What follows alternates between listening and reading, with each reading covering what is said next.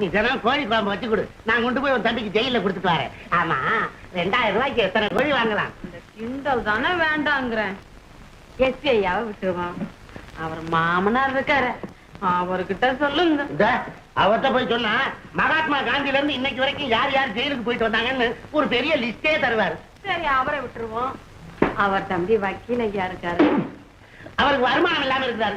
இத போய் அவர்கிட்ட சொன்னா இந்த கேஸ நான் நடத்துறேன்டான்னு சொல்லி உன் தம்பிக்கு ஆயுள் தண்டனை வாங்கி கொடுத்துருவாரு. அப்படின்னா இந்த விஷயத்துல எனக்கு எந்த உதவியும் செய்ய மாட்டீங்களா? அட என்னடி, வீட்டுல ஒரு நல்ல காரியம் நடந்திருக்குது, இதுக்கு போய் வருத்தப்பட்டு கடைசியா கேக்குறேன், எஸ்பி கிட்ட போய் நீங்க இதுக்கு ஒரு முயற்சி பண்ண முடியுமா முடியாதா? இந்த ஜென்மத்துல முடியாது. முடியாதுல்ல? நல்லா கேட்டுக்கையா, இனிமே இந்த வீட்டுல என் கையால உனக்கு பச்சை தண்ணி கூட கொடுக்க மாட்டேன். இத்தனை நாள் என்ன நீயா கொடுத்த, நானா தான் எடுத்து கொடுத்தேன். இனிமேல அப்படியே குடுத்துக்கிறேன். பானையை மாத்திரம் மறைச்சு வைக்கிறாங்க.